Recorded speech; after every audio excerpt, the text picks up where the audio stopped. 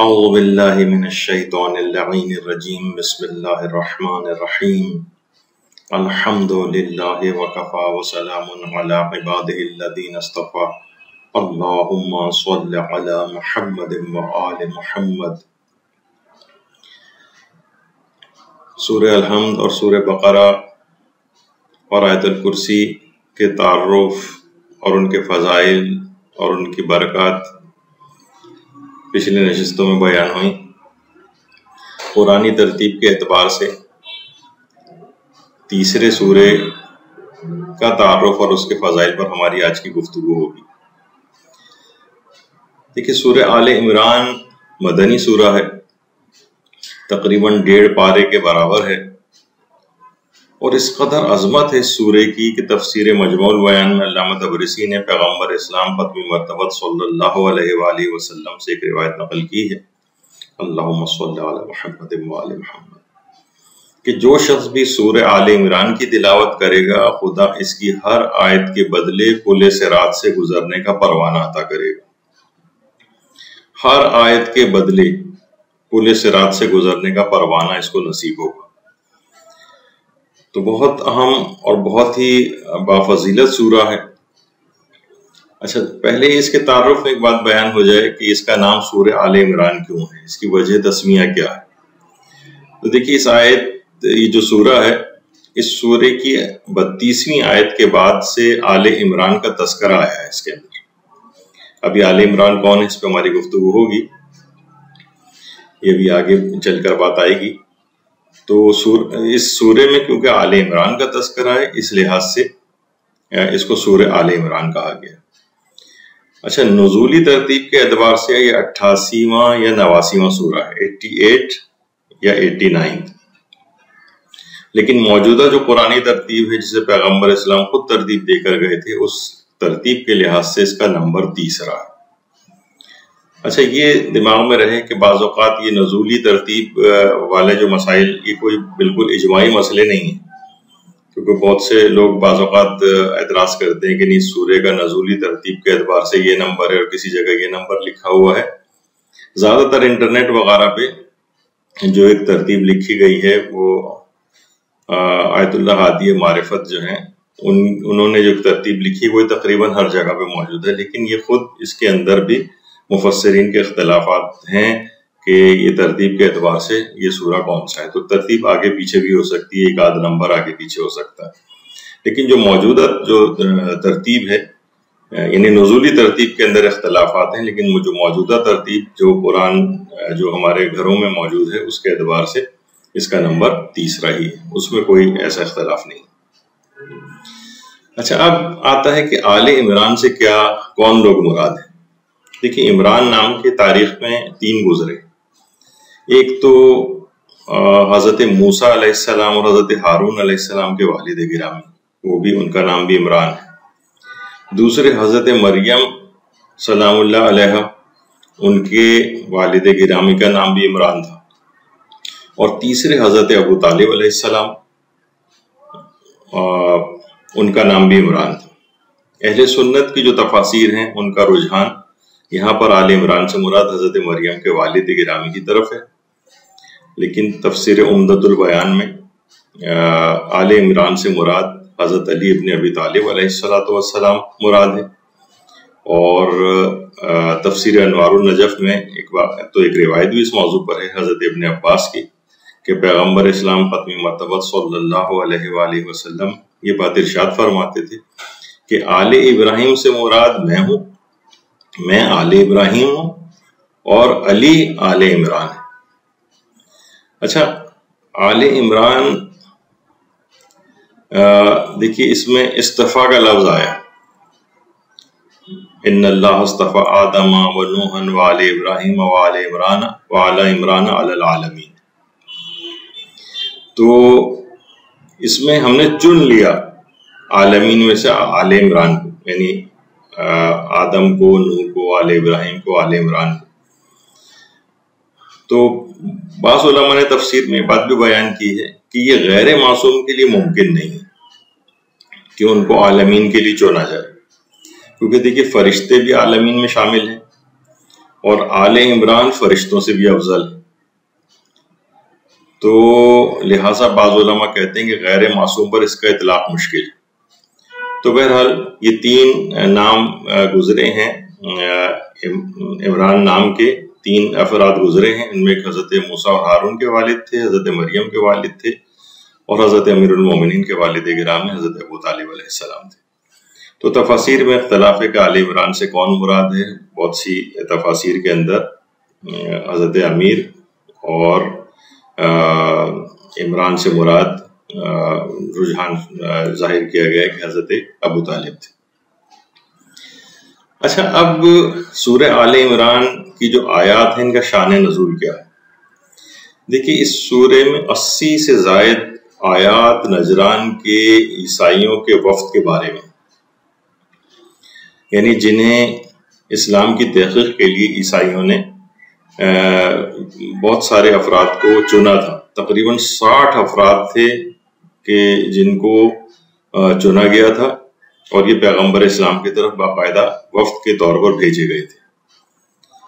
اچھا، یہ جو 60 افراد تھے، ان میں 14 افراد تو وہ تھے جو نجران کی ایلیٹ کلاس سے جن کا تعلق تھا، بہت اشرافیہ جسے کہا جاتا ہے. اور ان میں بھی ان 14 میں سے 3 تو سردار تھے. ایک سردار عاقب نام کا تھا جس کو عبد المسیح کے نام سے بھی پکارا گیا ہے، اور ایک دوسرا سید یا اہم نام تھا اس کا، اور تیسرا ایک اور شخص تھا کہ جو کہ عیسائیوں کی جتنی مذہبی کتابیں ہیں ان کا بہت بڑا عالم اور حافظ تھا. ابو حارثہ اس کا نام آیا روایات میں. تو رسول اللہ صلی اللہ علیہ وآلہ وسلم کے ساتھ ان لوگوں کا مناظرہ ہوا تھا. اچھا، یہ جو آپ یاد رہے کہ یہ جو مباہلے کے موقع پر یہ جو عیسائی آئے تھے مباہلے کے لیے، اس سے پہلے کئی بار مناظرے پیغمبر کے ساتھ ہو چکے تھے. تو اور اسی مناظرے سے پہلے کے حوالے سے یعنی 80 سے تقریباً 80 سے زائد آیات جو ہے وہ نازل ہو چکی تھی. تو مناظرے سے پہلے یہ مباہلے سے پہلے بہت سارے مناظرے ہوئے.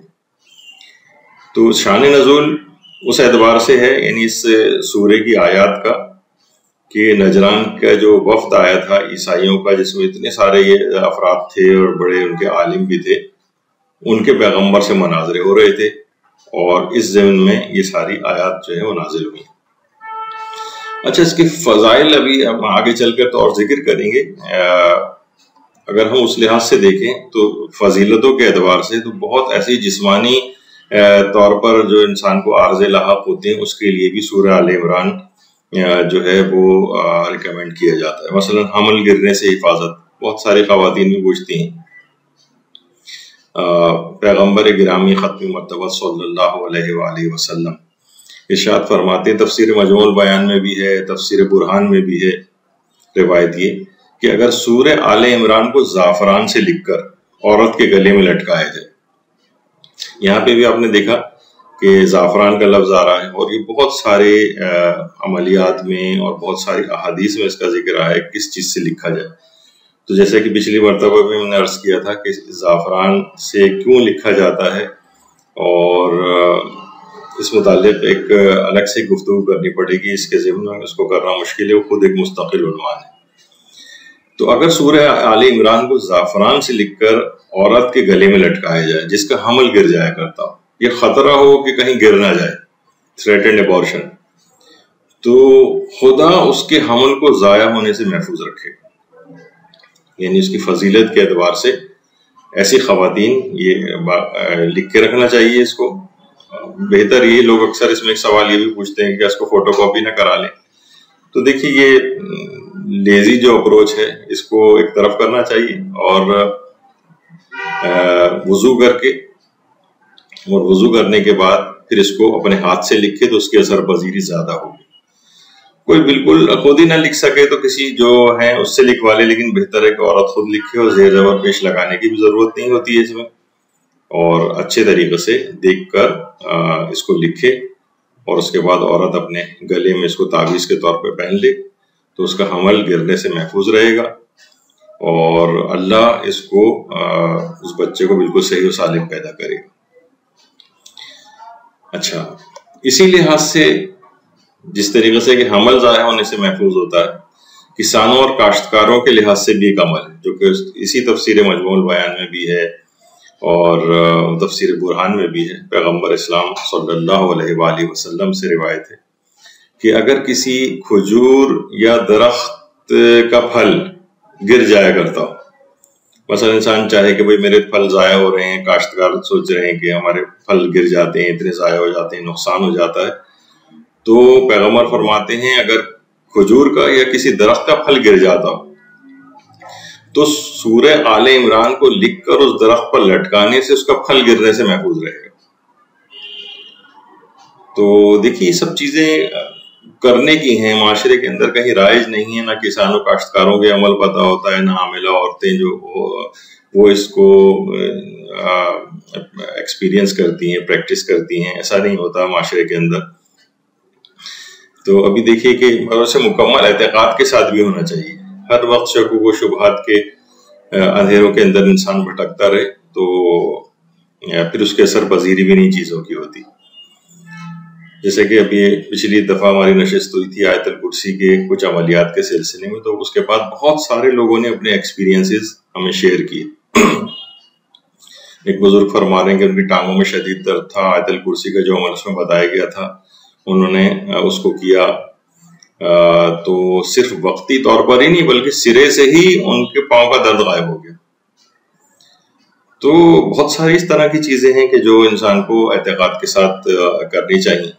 روایات میں چیز آئی ہے اور امید ہے کہ پیغمبر اکرم یا ائمہ اطہار نے کہا ہو تو اس پہ عمل کرنے میں کیا حرج ہے، جبکہ ہمیں یقین اور اطمینان ہے کہ ان چیزوں کے جو ہے وہ مثبت اثرات ہوتی۔ اچھا، تیسرے اور چوتھے پارے میں یہ مدنی سورہ ہے، سورہ آل عمران۔ اس کا یہ تیسرے پارے میں بھی ہے اور کچھ حصہ اس کا چوتھے پارے میں بھی ہے، اور 200 کے قریب اس کی آیات ہیں اور 14,984 حروف ہیں اس کے اندر، 14,984 حروف۔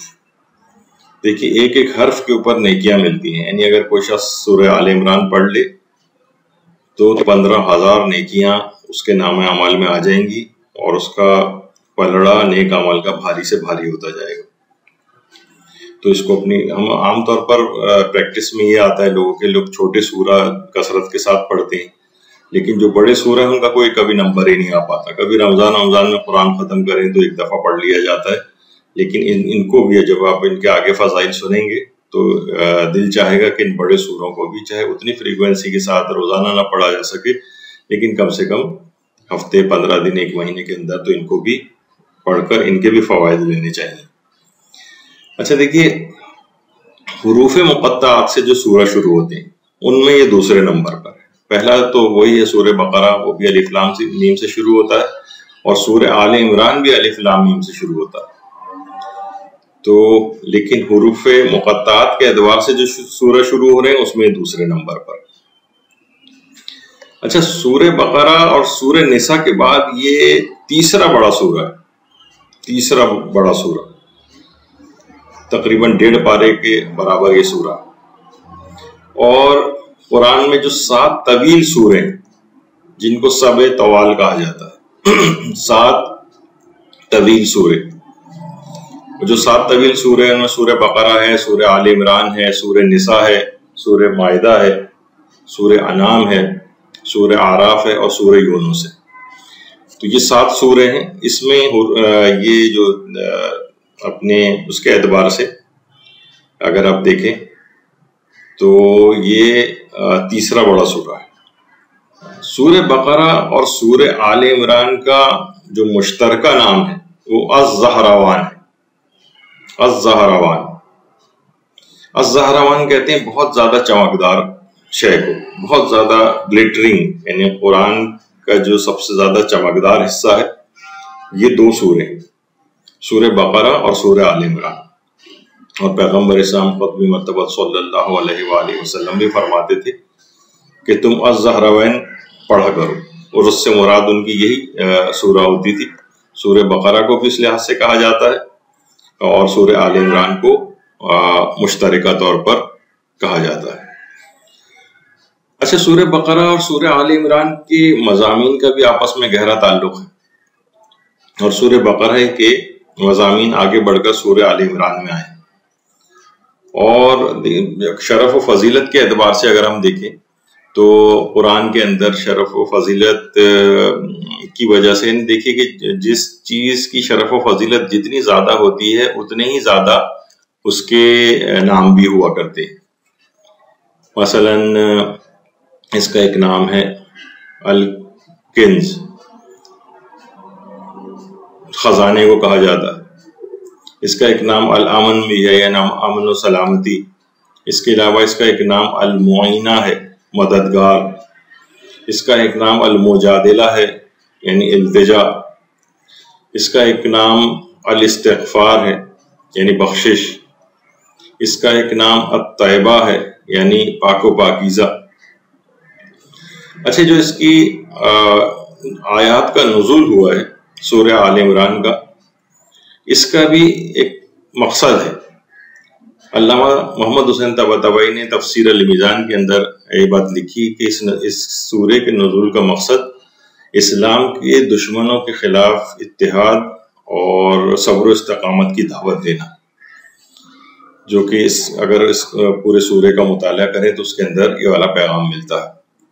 اچھا، اس سورے کے اندر جو واقعات ہیں، بہت ساری داستانیں ہیں، وہ بھی آپ کے دماغ میں ہو کہ سورہ کتنا اہم ہے، کہ اس میں ایک تو حضرت مریم اور حضرت عیسیٰ کے واقعات ہیں، اور اسی طریقے سے آیت مباہلہ وہ اسی سورے کے اندر ہے آل عمران میں۔ فَمَنْ حَاجَّكَ فِيهِ مِن بَعْدِ مَا جَاءَكَ مِنَ الْعِلْمِ فَقُلْ تَعَالَوْا نَدْعُ أَبْنَاءَنَا وَأَبْنَاءَكُمْ وَنِسَاءَنَا وَنِسَاءَكُمْ وَأَنفُسَنَا وَأَنفُسَكُمْ ثُمَّ نَبْتَهِلْ فَنَجْعَلْ لَعْنَةَ اللَّهِ عَلَى الْكَاذِبِينَ۔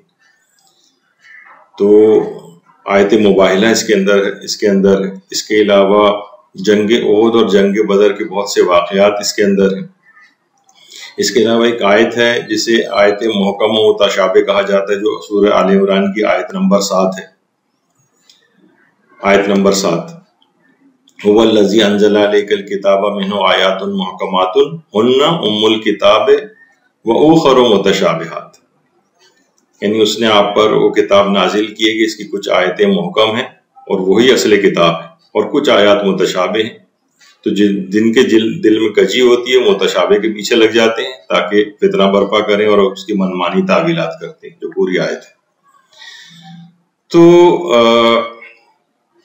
اس کے اندر یہ بہت مشہور آیت ہے، اس آیت محکم و متشابہ کہا جاتا ہے۔ یہ آیت نمبر 7 یہ بھی اسی کے اندر آئی۔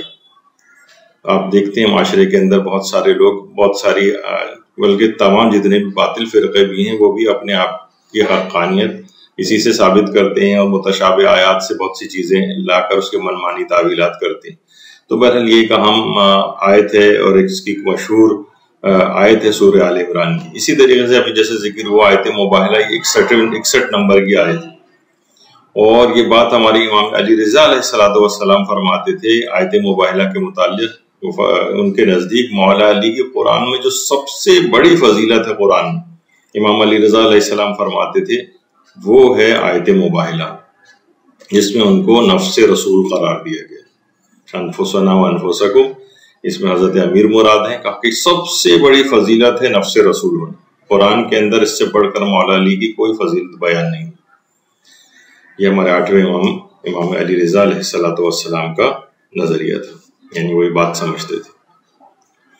اسی طریقے سے بہت مشہور آیت اس میں آیت انفاق ہے، جو 92 نمبر کی آیت ہے، لن تنالوا البر حتی تنفقوا مما تحبون، یعنی تم نیکی تک اس وقت تک پہنچ ہی نہیں سکتے جب تک کہ تم راہ خدا میں اس چیز کو نہ دے دو جس سے تم بہت شدید محبت کرتے ہو۔ یہ بہت زبردست آیت ہے، ہر جگہ اس آیت کو جو ہے وہ پیش کیا جاتا ہے۔ تو یہ بھی آپ کے دماغ میں رہے کہ لن تنالوا البر حتی تنفقوا مما تحبون، جسے آیت انفاق کہا جاتا ہے، وہ بھی اسی سورہ آل عمران میں۔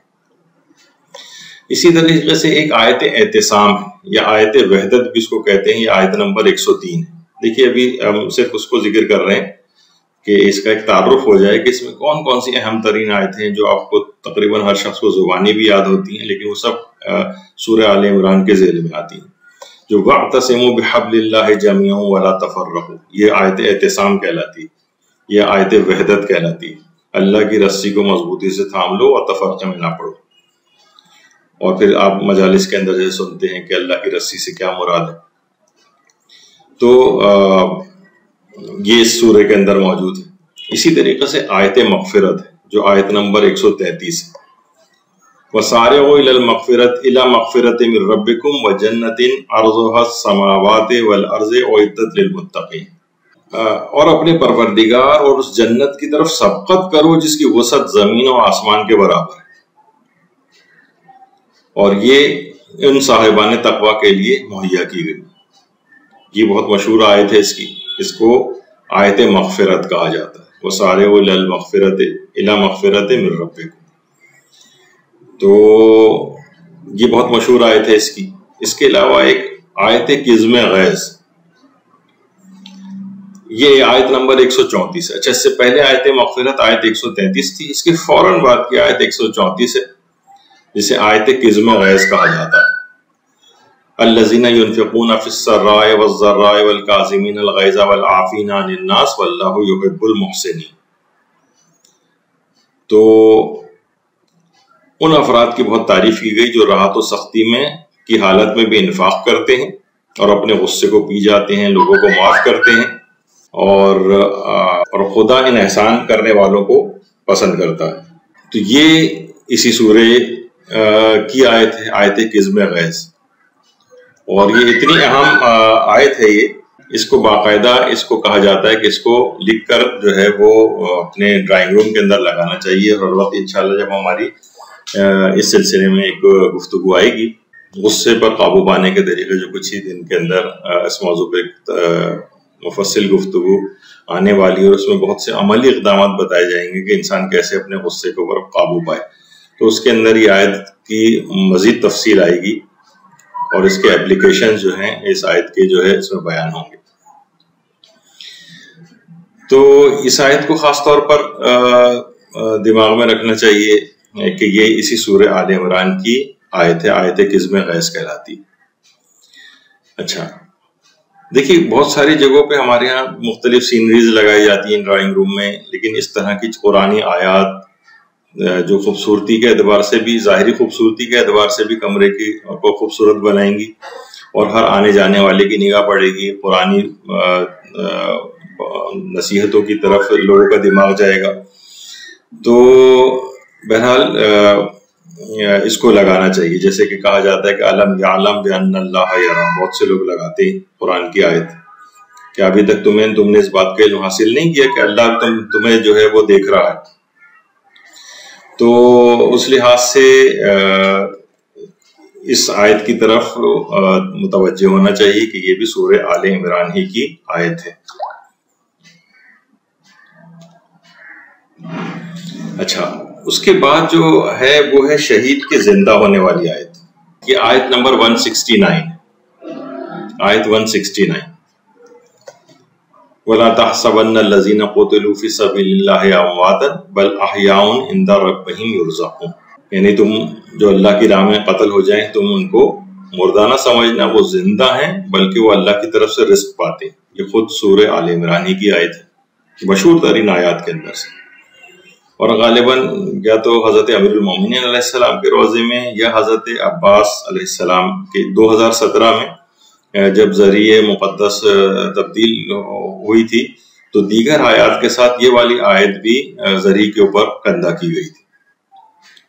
تو بہرحال یہ دماغ میں رہے کہ یہ کبھی بھی آپ کے دماغ میں اگر آگے کہیں آیت سنے تو آپ کے فوراً ریکال ہو جائے کہ سورہ آل عمران کی آیت ہے.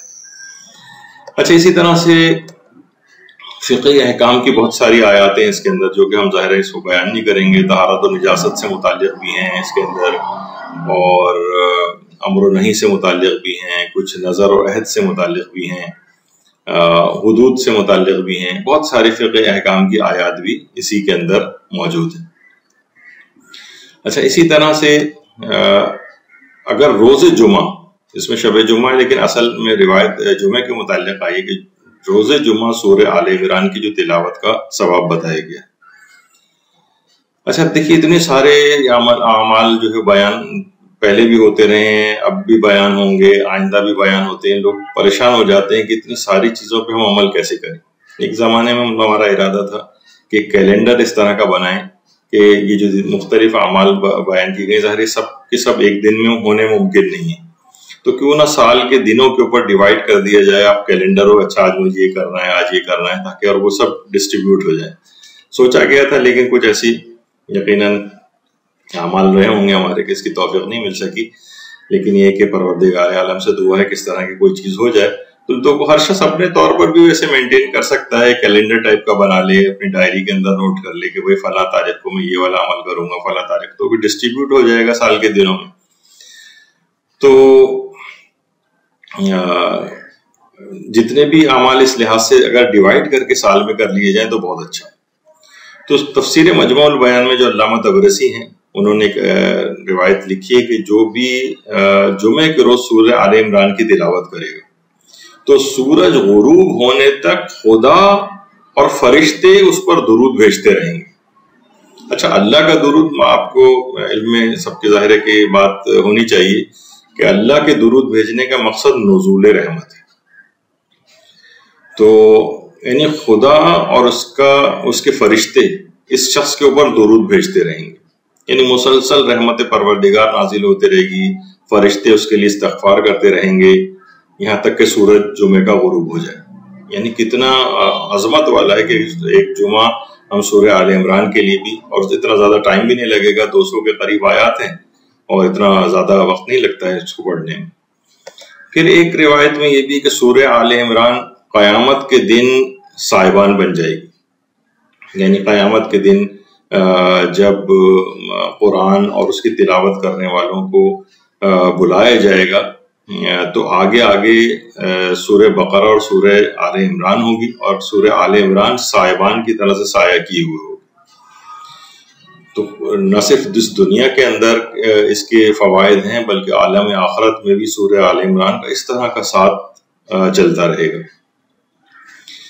تو اس لحاظ سے سورہ آل عمران کے اندر ایک اور بھی خصوصیت ہے کہ یہ ذہانت اور حافظے میں بہت اضافہ اس کی کچھ آیات ایسی ہیں وہ ذہانت میں اور حافظے میں بہت زبردست اضافہ کرتی ہیں.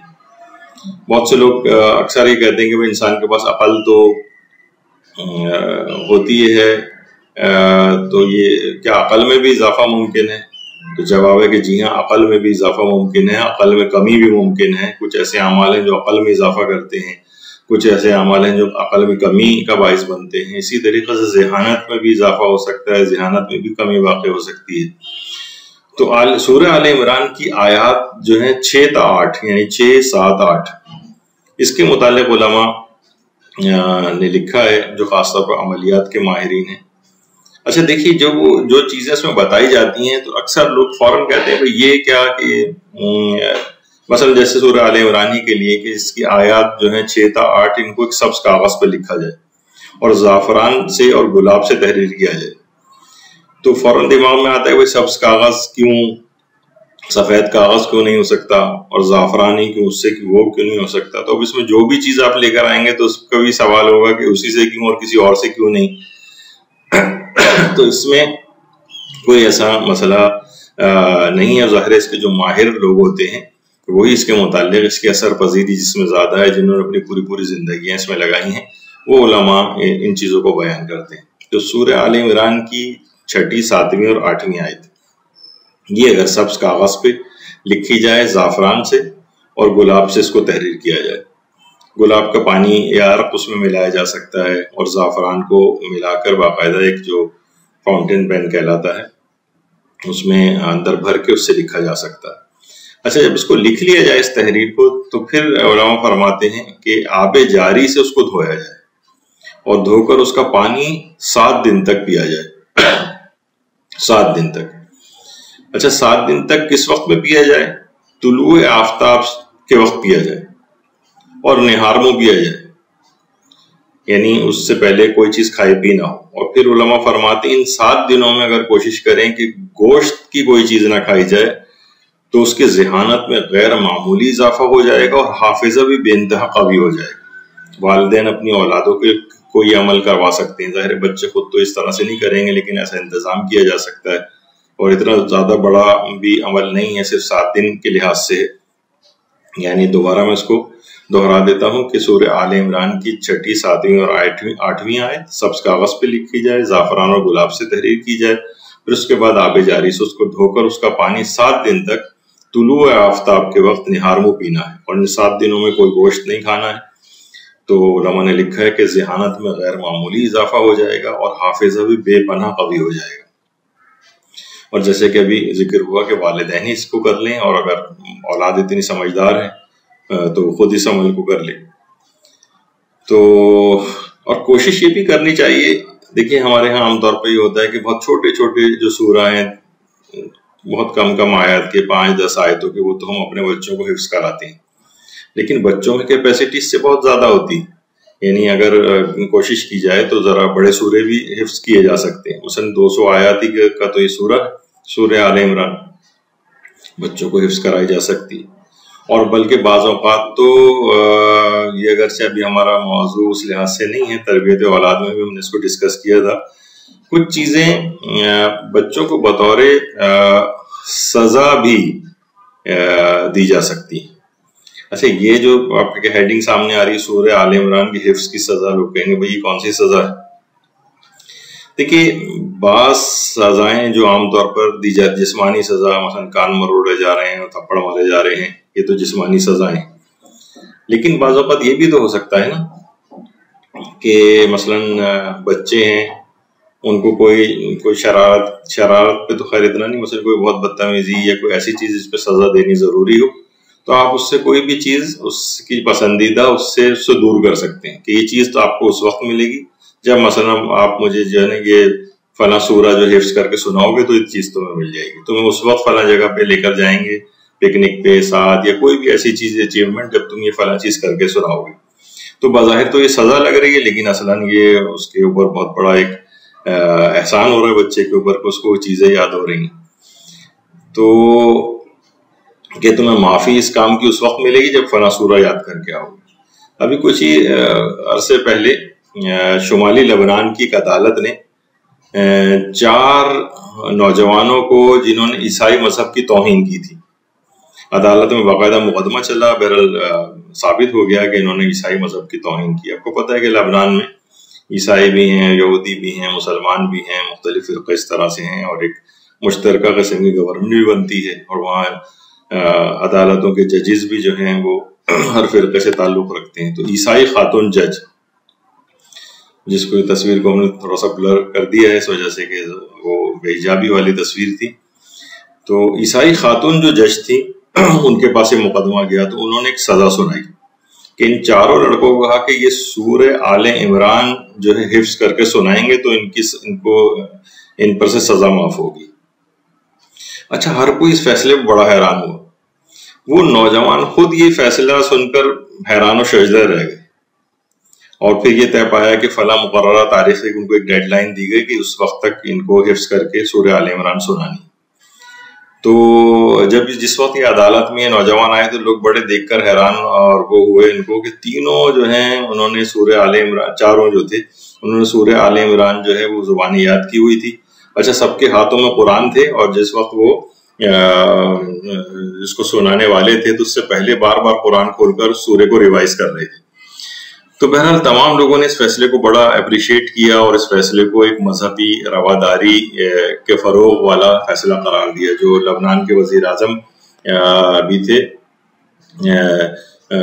سعد الحریری، انہوں نے بھی اس فیصلے کو جو ہے وہ بہت اپریشیٹ کیا کہ اس سے مذہبی رواداری کو بڑا فروغ ملے گا۔ تو اس میں بہرحال یہ تو واقعہ تو ایک اس ضمن میں تھا، لیکن اصل بات بیان کرنے والی یہ تھی کہ سورہ آل عمران کو حفظ بھی کیا جا سکتا ہے، بچوں کو حفظ کرایا جا سکتا ہے، انہیں کسی انسینٹیو دے کے، کوئی لفظ تو اتنا اچھا نہیں ہے چلیں، لیکن نیکی کی کوئی لالچ دے کے کہ بھئی اگر آپ کو فلاں چیز چاہیے، کوئی فرمائش کر رہا ہے تو کوئی بات نہیں، آپ کہہ دیں ٹھیک ہے آپ کی فرمائش پوری ہوگی، لیکن آپ مجھے یہ والا سورہ حفظ کر کے دے دیں، 1 مہینے 2 مہینے کا ٹائم دے دیں، اس کو کوئی اچھا بڑی اچیومنٹ کوئی اس کو، یا کوئی ایسا گفٹ یا تحفہ یا کوئی چیز دلانی ہے جو اس کی فرمائش ہے۔ تو اس طرح کی چیزوں کو بھی تربیت میں شامل کرنا چاہیے، نہ کہ اس نے منہ سے جو نکال دیا آپ نے فوراً پورا کر دیا، اس کی نگاہ میں بھی اس چیز کی کوئی اہمیت نہیں ہوتی جو بغیر کسی ایفرٹ کے ایسے ہی حاصل ہو جاتی۔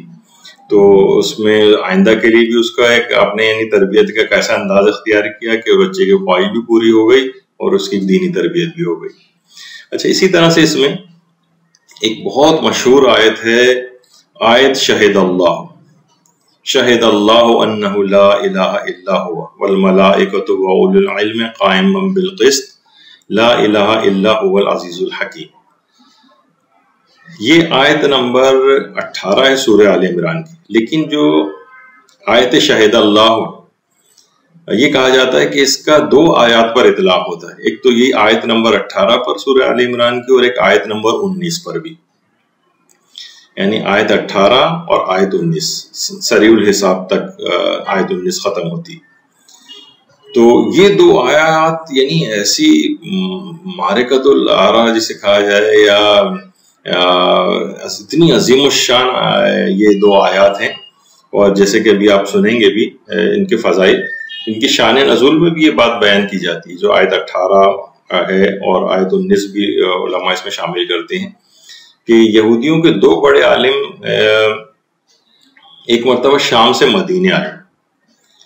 تو مدینے کی جب انہوں نے حالت دیکھی، آ کر کہا کہ تو بالکل ویسی ہمیں بستی لگتی ہے جس طریقے سے ہم نے تورات وغیرہ میں پیش گوئی سنی ہے کہ آخری نبی آئے گا اور جو اس کی نشانیاں بیان کی گئی. تو لوگوں سے جب ان کو معلوم چلا، اطلاع ملی کہ یہاں تو خود ہی ایک ایسی عظیم شخصیت موجود ہے جو خود کو اللہ کا نبی کہتی. یہ اسی زمانے میں وہاں پر آئے تھے دونوں یہودی عالم. انہوں نے کہا چلو چل کے ملاقات کرتے ہیں. خدمت اقدس پیغمبر اکرم صلی اللہ علیہ وآلہ وسلم میں آئے تو دیکھا کہ وہ تمام صفات اس مقدس ہستی میں موجود ہیں جو کہ اس سے پہلے کی جو آسمانی کتب اور مقدس کتابوں کے اندر جس حالت میں بھی ان کے پاس وہ کتابیں تھیں اس میں جو آخری نبی کی علامات بیان کی گئی. تو انہوں نے پوچھا رسول اللہ سے کہ کیا آپ محمد ہیں صلی اللہ علیہ وآلہ وسلم؟ پیغمبر اکرم نے فرمایا ہاں میں محمد اور احمد ہوں. تو انہوں نے کہا کہ اگر آپ ایک سوال کا ہمیں جواب دے دیں تو ہم ایمان لے آئیں گے آپ پر. پیغمبر اکرم صلی اللہ علیہ وآلہ وسلم نے فرمایا پوچھو. کہا کہ اللہ کی کتاب میں سب سے بڑی شہادت و گواہی کس چیز سے متعلق یہ بتائیے. جبریل امین اسی وقت آل عمران کی آیت نمبر 18 شہد اللہ انہ لا الہ الا ہو یہ آیت لے کر نازل ہوئی، اور پیغمبر اکرم نے یہ آیت شہد اللہ جو ہے وہ ان یہودی عالموں کو سنا دی. سنتے ہی وہ دونوں اسی وقت ایمان لے آئے. اللہم صلی علی محمد وآل محمد. تو اس کا آیت شہد اللہ کا شان نزول اس لحاظ سے بیان کیا جاتا ہے. اور پیغمبر اسلام آیت شہد اللہ کی میدان عرفات میں بھی تلاوت فرماتے تھے. جو روایت ملتی ہے کہ میدان عرفات میں بھی تلاوت فرمائی اس آیت کی. اور ہر نماز کے بعد بھی آیت شہد اللہ کو پڑھنا جو ہے بہت ثواب رکھتا ہے. ہر نماز کے بعد تفسیر روح المعانی میں بھی ایک روایت ہے حضرت ابو ایوب انصاری سے کہ پیغمبر اسلام نے یہ بات ارشاد فرمائی صلی اللہ علیہ وآلہ وسلم کہ جو شخص بھی نماز کے بعد سورہ فاتحہ، آیت الکرسی، آیت سورہ آل عمران کی آیت 18 یہ شہد اللہ اور 19ویں بھی چلیں اس میں شامل کر لیں. اس کے علاوہ آیت نمبر 26 سورہ آل عمران کی وہ تو عز من تشاء تو ذل من تشاء جس میں آتا ہے، اگر کوئی شخص یہ تلاوت کر لے یعنی سورہ فاتحہ، آیت الکرسی، آل عمران کی آیت 18، 19 اور آیت نمبر 26 تو اس کے تمام گناہ معاف کر دیے جاتے ہیں اور 70 حاجات اس کی پوری کی جاتی ہیں، جس میں سے کم ترین حاجت جو ہے وہ مغفرت کی حاجت ہے کہ اس کے سارے گناہ معاف ہو جائیں. کم ترین حاجت، سارے گناہ معاف. تو سوچی اس سے بڑھ کر جو باقی 69 اور 69 حاجات اور ہوں گی کیا کچھ جو کہ اس سے کہیں زیادہ وہ بھی سب قبول ہو جاتی ہیں اس کے حق میں. تو ہر نماز کے بعد اس کو پڑھنے کی اتنی تاکید ہے. انشاءاللہ جب ہم شاید اس موضوع پر ایک گفتگو رکھیں کہ ہر نماز کے بعد دعائیں تو سب کو پتہ ہیں، تسبیحات بھی پتہ ہیں، لیکن کون کون سی آیات قرآنی تعقیبات میں پڑھنا ثواب رکھتا ہے جس کی تاکید آئی کہ ہر نمازوں کے بعد ان آیات قرآنی کی تلاوت کی جائے. اس کا ایک پیکیج ہے ان آیات کا اور بہت زیادہ بھی نہیں ہے 10 12 15 کے قریب اس سے زیادہ آیات نہیں ہوں گی وہ، لیکن وہ ہر نماز کے بعد ان کو پڑھنے کی بہت زیادہ تاکید آئی۔ تو اس کے اندر آیت شہید اللہ ہوگی، آیت نمبر 18 جو سورہ آل عمران کی، وہ انشاءاللہ اپنی اس میں ہم بیان کرتے رہیں گے۔ تو ہر نماز کے بعد بھی اس کو پڑھا جائے۔ اچھا، پھر اس کے اندر وہ اولو العلم قائما بالقسط، یعنی وہ صاحبان ایمان جو کہ عدالت پر قائم، انصاف پر قائم، ان کی جو تعریف بیان ہوئی، یعنی وہ توحید پر ان اہل علم کی گواہی جو کہ عدالت پر قائم۔ ان سے مراد کون ہے؟ اولو العلم قائما بالقسط کون ہے؟ کون؟ تو تفسیر عیاشی میں بھی یہ روایت ہے کہ اس سے مراد مولا کائنات حضرت امیر المومنین علی ابن ابی طالب علیہ السلام، اور دیگر اور جو روایات ہیں اس میں دیگر معصومین کو بھی اس سے مراد لیا گیا ہے۔ یعنی امام نے خود فرمایا ہے کہ نحن اولو العلم قائما بالقسط، یعنی وہ اولو العلم جس کا قرآن میں تذکرہ آیا وہ ہم ہیں۔ تو ابھی آپ نے سنا کہ آیت شہید اللہ جو ہے اس کو نماز کے بعد پڑھنا چاہیے، تعقیبات نماز میں پڑھنا چاہیے۔ یہ وجہ ہے کہ عروۃ الوثقی جو ہماری کتاب ہے فقہ کی، اور تقریباً تمام علماء اس پہ حاشیے بھی لگاتے ہیں، اس میں تعقیبات نماز میں آیت شہید اللہ کو پڑھنے کا استحباب بھی بیان ہے۔ تو انشاءاللہ جیسے کہ ہم نے کہا کہ وہ بہت سی آیات قرآنی کہ جن کو تعقیبات نماز میں پڑھنے کا حکم ہے، یہ ہم الگ سے ایک عنوان کے طور پر کسی درس میں ذکر کریں گے۔ اچھا، سوتے وقت آیت شہید اللہ کی تلاوت کا بھی بہت ثواب ہے۔ تفسیر مجموع البیان میں علامہ طبرسی نے پیغمبر اکرم ختم مرتبہ صلی اللہ علیہ وآلہ وسلم سے روایت نقل کی ہے کہ جو بھی اس آیت کو، آیت شہید اللہ کو سوتے وقت تلاوت کرے گا تو خدا 70,000 فرشتے خلق کرے گا جو قیامت تک اس کے لیے طلب مغفرت کرتے رہیں۔ یعنی صرف اتنی مختصر سی آیت جو چند سیکنڈز کے اندر پڑھی جاتی ہے، پیغمبر فرماتے ہیں سوتے وقت اگر کسی نے اس کی تلاوت کی 70,000 فرشتے خلق ہوں گے جو قیامت تک مسلسل اس کے لیے طلب مغفرت کرتے رہیں۔ کیا عظمت ہے، اور کتنی آسانی کے ساتھ پروردگار نے ہماری مغفرت کو قرار دے دیا ہے کہ صرف سونے سے پہلے اس کو تلاوت کرنا ہے، 70,000 فرشتے مسلسل اس کے لیے طلب مغفرت قیامت تک کرتے رہیں۔ اچھا، یہ تو فقط یعنی اگر آپ صرف آیت یہ آل عمران کی آیت 18 کی بات کر رہے ہیں، صرف اس حد تک ہے، لیکن اگر دیگر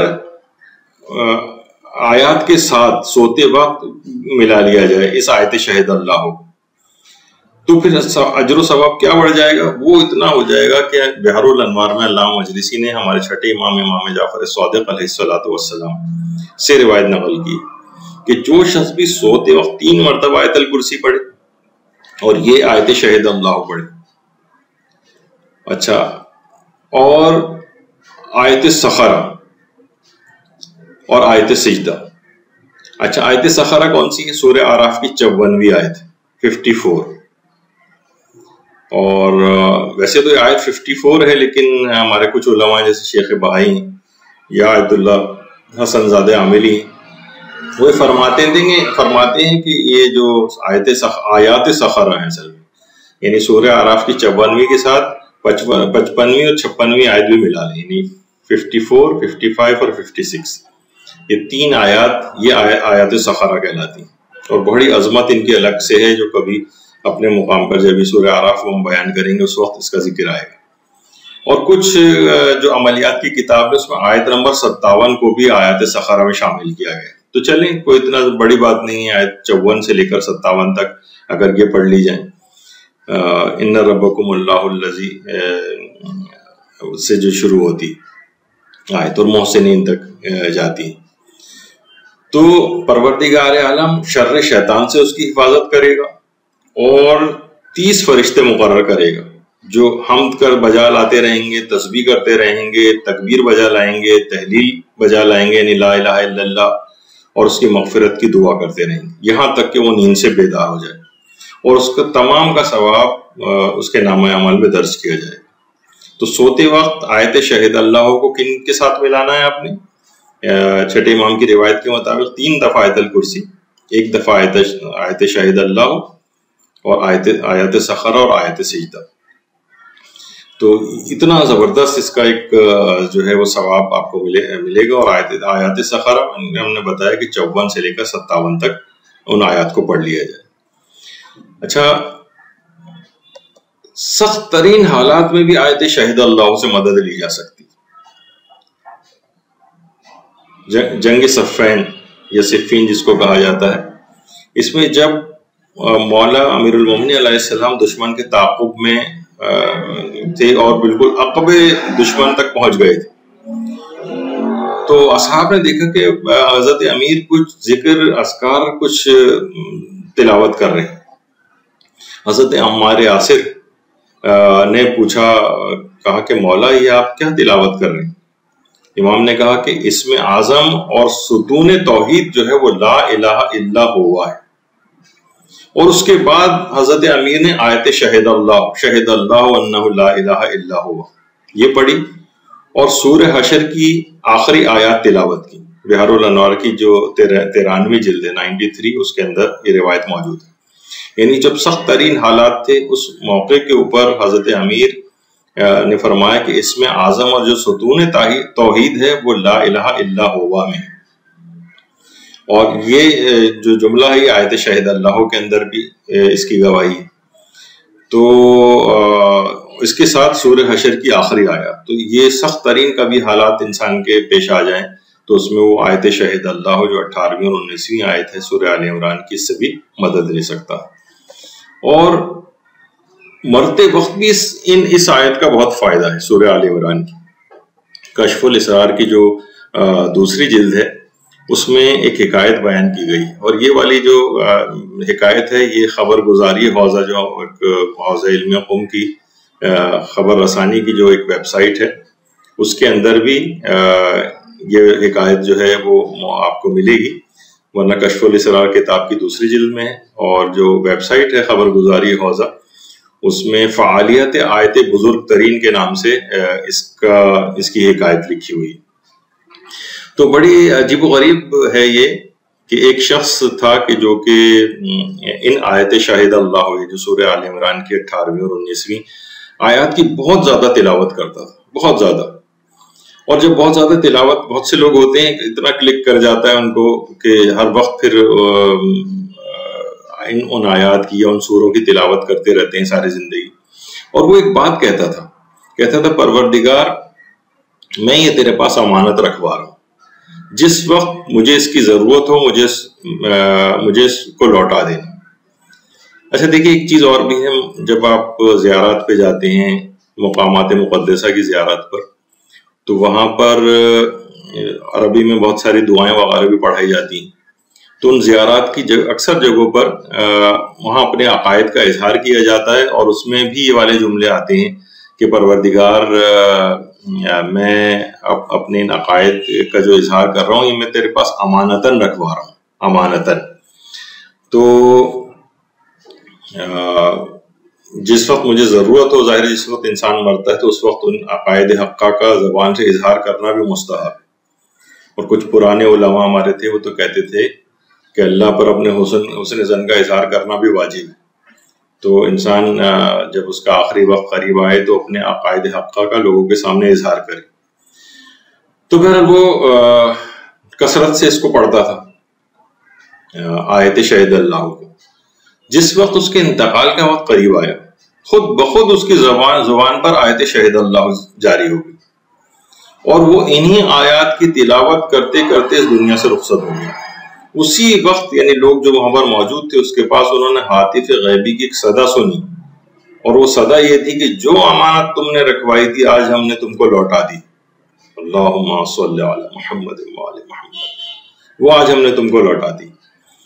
تو ان آیات کی مسلسل تلاوت اگر ہر نماز کے بعد ہے تو ویسی زبانی بھی طور پر آپ کو یاد ہو جائیں گی. دو تو چھوٹی سی آیتیں ہیں 18ویں اور 19ویں، ہر نماز کے بعد ہوگی تو یاد ہو جائے گی. اور اس کی جب بھی یاد آئے اس کی تلاوت کرتے رہیں اور یہ بات کہیں کہ پروردگار وقت آخر یہ میں تیرے پاس امانتاً رکھوا رہا ہوں، وقت آخر جب میرا ہے تو جب مجھے ان کی حاجت ہو تو مجھے لوٹا دینا، جیسے کہ آپ نے اس حکایت میں بھی یہ بات سنی. تو بڑے ان چیزوں کے فائدے ہیں ان آیات کے، اور یہ سورہ آل عمران کی آیت 18 اور 19۔ اچھا، علماء فرماتے ہیں ایک بڑی عجیب بات اس میں یہ ہے کہ آیت شہد اللہ میں اللہ نے خود اپنی توحید کی گواہی دی، اپنی وحدانیت کی گواہی دی۔ ورنہ دیکھیے ہم گواہی دیتے ہیں کہ اللہ ایک ہے، لیکن یہاں کیا ہے؟ شہد اللہ انہ لا الہ الا اللہ، یعنی اللہ خود گواہی دیتا ہے کہ اس کے سوا کوئی معبود نہیں۔ باقی گواہیاں ہم خود دیتے ہیں، یہاں اللہ خود گواہی دے رہا ہے۔ بلکہ علماء ایک چیز اور بھی فرماتے ہیں کہ آیت شہد اللہ سے مولا علی کے حق فدق پر گواہی کا اثبات بھی ہوتا ہے۔ یعنی اس میں کیا ہے؟ وہ اہل علم جو عدل پر قائم ہے، یعنی جس سے ابھی ہم نے اس سے مراد مصداق قرار دیا تھا کہ امیر المومنین کی ذات گرامی ہے، یعنی ان کی گواہی ٹھکرا دی گئی فدق کے سلسلے میں۔ یعنی جب مولا علی کی توحید کے سلسلے میں اللہ کی وحدانیت کے گواہ وہ بن سکتے ہیں جس سے بڑھ کر کوئی اور گواہی نہیں، تو فدق کے گواہ کے طور پر ان کو کیوں نہیں مانا گیا؟ یعنی حیرت ہے کہ توحید کے معاملے کے لیے تو علی کی گواہی کو مانا جائے، اور تھوڑی سی جائیداد کے لیے علی کی گواہی کو ٹھکرا دیا جائے۔ علی تو رسالت کے بھی گواہ ہیں۔ وہ جو سورہ رعد کی جو آخری آیات ہیں کہ قل کفی باللہ شہیدا بینی و بینکم ومن عندہ ام الکتاب، یعنی رسول اللہ کو خطاب ہے کہ کہہ دو کہ رسول کے میرے اور تمہارے درمیان گواہی کے لیے اللہ کافی ہے، اور وہ کافی ہے جس کے پاس کتاب خدا کا علم ہے۔ تو تفاسیر میں کہ من عندہ ام الکتاب سے مراد حضرت امیر کی ذات گرامی، اللہم صلی علی محمد و علی محمد۔ تو مولا علی توحید کے گواہ بن رہے ہیں، رسالت کے گواہ بن رہے ہیں، وہاں ان کی گواہی تسلیم کی جا رہی ہے، لیکن فدق کے معمولی سی جائیداد کے قصے میں کے مسئلے میں ان کی گواہی کو جھٹلا دیا جائے اور ٹھکرا دیا جائے۔ تو یہ بڑی حیرت انگیز باتیں ہیں ساری جو تاریخ اسلام کے اندر ہم پڑھتے ہیں کہ حضرت امیر کی گواہی کو کس طرح سے جھٹلایا گیا۔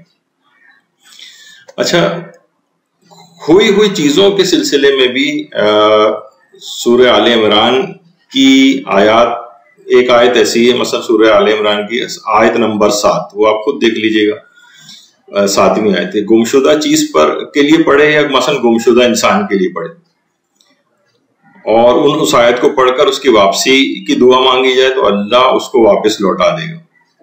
کوئی چیز گم جائے یا انسان گم جائے، مسنگ پرسنس ہمارے کتنے نوجوان غائب ہیں، ان کو کچھ پتہ نہیں ہے، تو آل عمران کی آیت نمبر 7 کو اس نیت سے کہ فلاں انسان مل جائے یا فلاں چیز مل جائے، یہ اس کام کے لیے سورہ آل عمران کی آیت نمبر 7 علماء ریکمینڈ کرتے ہیں۔ اس کے علاوہ شک و وسواس کی بیماری کسی کو ہو جائے، لوگ کتنا پریشان ہیں، ہر وقت ہاتھوں کو دھوئے چلے جا رہے ہیں، اب تو خیر یہ بھی وسواس کی حد تک بہت ساری چیزیں کووڈ وغیرہ میں بھی ہو گئی ہیں کہ اکیلے گھر میں بھی آدمی ہر تھوڑی دیر بعد نہ کسی سے مل رہا ہے، نہ کچھ کہیں ہاتھ لگ رہے ہیں، تب بھی ہاتھوں کو دھوئے چلے جا رہا ہے۔ خیر، آیات جو آل عمران ہے اس میں 16 تا 18 وسواس اور شک کی بیماری کے لیے، یعنی اگر 16، 17 اور 18ویں آیت، اس میں بھی جو روحانیت اور اس کے جو علوم کے ماہرین ہیں وہ فرماتے ہیں کہ اگر کوئی شخص بہت زیادہ وسواس میں مبتلا رہتا ہے، شک و شبہات میں مبتلا رہتا ہے، ممکن ہے نجاست و طہارت کے شک ہوتے ہوں، وسواس آتے ہوں، ممکن ہے عقائد کے سلسلے میں آتے ہوں، تو وہ سفید شکر پر پڑھ کر، چینی جو میٹھی چیز ہوتی ہے، سفید شکر، 16 تا 18ویں آیت سفید شکر پر پڑھے، اور اس میں اس کو حل کرے آب شبنم سے حل کرے، اور 4 روز تک 1 مسقال انجیر کے ساتھ ملا کر کھائے، یعنی ٹوٹل جو یہ بنے گا 1 مسقال، تو وہ آپ حکیموں وغیرہ سے بھی پوچھ سکتے ہیں جا کر یہ کتنا بنے گا، تو انجیر کے ساتھ ملا کر کھانا ہے 4 روز تک۔ تو وہ کہتے ہیں کہ شک و وسوسے کی جو بیماری اور افکار فاسدہ جو ہوتے ہیں، الٹے سیدھے عقائد اور یہ جو اس کے دماغ میں آتے ہیں، یہ سب یہ وسواس و شک کی بیماری اس سے دور ہو جائے گی۔ یعنی آل عمران کی آیت نمبر 16 تا 18 سفید شکر پر پڑھنا ہے اس کو، اور آب شبنم اس میں حل کرنا ہے، 4 روز تک انجیر کے ساتھ 1 مسقال کھانا۔ اچھا، اسی طرح سے کہا جاتا ہے کہ بے پناہ اگر کسی پر قرض ہے، لوگ آج کل بہت زیادہ کووڈ کے بعد کی صورتحال میں قرضوں وغیرہ میں مبتلا ہوئے ہیں، آیت آل عمران کی 26ویں اور 27ویں آیت پڑھے گئے، 26 اور 27 یہ پڑھے، اور اس کے بعد صرف ایک جملہ کہے یا رحمان الدنیا والآخرہ ورحیمہما توتی من تشاء منہما من تشاء فاغض عنا الدین. یہ ایک چھوٹا سا جملہ ہے، یہ پڑھنا ہے. تو علماء فرماتے ہیں کہ اس قدر بھی قرض ہو کہ جو زمین و آسمان میں نہ آ سکے تب بھی اللہ اس کے قرض کو ادا کر دے گا. بے پناہ قرضوں میں انسان اگر کوئی جکڑ گیا ہے کہ زمین و آسمان میں اتنا زیادہ قرض اس پہ ہو گیا ہے جو اس کے درمیان میں بھی نہ آ سکے تب بھی اللہ اس کے قرضے کو ادا کر دے گا. تو یہ اس لحاظ سے بہت اہم ہے. تو علماء یہ فرماتے ہیں کہ واقعتاً یہ جو آیت شہد اللہ ہے جس کے ابھی اس سے پہلے ذکر ہو رہا تھا، اس قدر عجیب ہے. آیت 18 اور 19 خاص طور پہ اگر اس کی مسلسل تلاوت انسان کرتا رہے تو وہ عرفانیات کی منازل طے کرتا چلا جائے گا، اللہ کی طرف بلند ہوتا چلا جائے گا. اور سورہ آل عمران اور سورہ بقرہ کے اعتبار سے ہمارے امام جعفر صادق علیہ السلام یہ ارشاد فرماتے ہیں کہ روز قیامت دو قرآنی جو سورہ ہیں، سورہ بقرہ اور سورہ آل عمران، یہ اس کے پڑھنے والے پر بادل کی طرح سے سایہ فگن رہیں گی، بادل کی طرح سے. اور اب آپ نے دیکھا کہ کس قدر یہ عظیم سورہ ہے سورہ آل عمران، کس قدر عظمت کا حامل ہے، اس کی آیات کس قدر عظمت اور فضیلت کی حامل ہیں، کتنے مسائل و مشکلات کا حل اس کے اندر ہے. تو ہاں البتہ اتنا اور ضرور ہے کہ بعض اوقات یہ چیز دیکھنے میں آتی، لوگ سمجھتے ہیں بس ان عملیات کو چراغ کو رگڑ کر جن کی طرح سے حاضر کر کے اپنی حاجات کو پورا کروانے کے طریقوں کے اوپر لگ جاتے ہیں. اس کے ساتھ ساتھ عمل صالح بہت ضروری ہے، گناہوں سے بچنا بہت ضروری ہوتا ہے، گھر والوں کے ساتھ اچھا سلوک کرنا بہت ضروری ہوتا ہے. گھر میں اگر کوئی شخص برا سلوک کر رہا ہو، لوگوں پہ ظلم کر رہا ہو اور پریشان لوگوں کو کر رہا ہو، ستا رہا ہو، تکلیفیں دے رہا ہو، پھر وہ ان عملیات کو کرے گا تو اس کا کوئی عملیات کا فائدہ نصیب نہیں ہوگا. پاکیزہ نفس اور پاکیزہ طبیعت کے ساتھ ان عملیات کو کریں گے تو بہت فائدہ ہوگا، اور مکمل اعتقاد کے ساتھ کریں گے تو اور فائدہ ہوگا. تو یہاں پر ہماری اس گفتگو کا اختتام ہوتا ہے سورہ آل عمران اور اس کی جو مخصوص آیات ہیں، ان کی کتنی فضیلت ہیں، ان کے عملیات کون سے ہیں، ہم اپنی دنیا اور آخرت کی کتنی مشکلات کو اس کے ذریعے حل کر سکتے ہیں، یہ آج آپ نے سنا. انشاءاللہ ترتیب کے اعتبار سے جو چوتھے نمبر کا سورہ ہوگا وہ اگلی دفعہ اس کے فضائل و برکات اور تعارف اس کا بیان کیا جائے گا. جب تک کے لیے اجازت چاہتے ہیں. وصلی اللہ علی محمد وآلہ الطیبین الطاہرین. اللہم صل علی محمد وآل محمد وعجل فرجہ.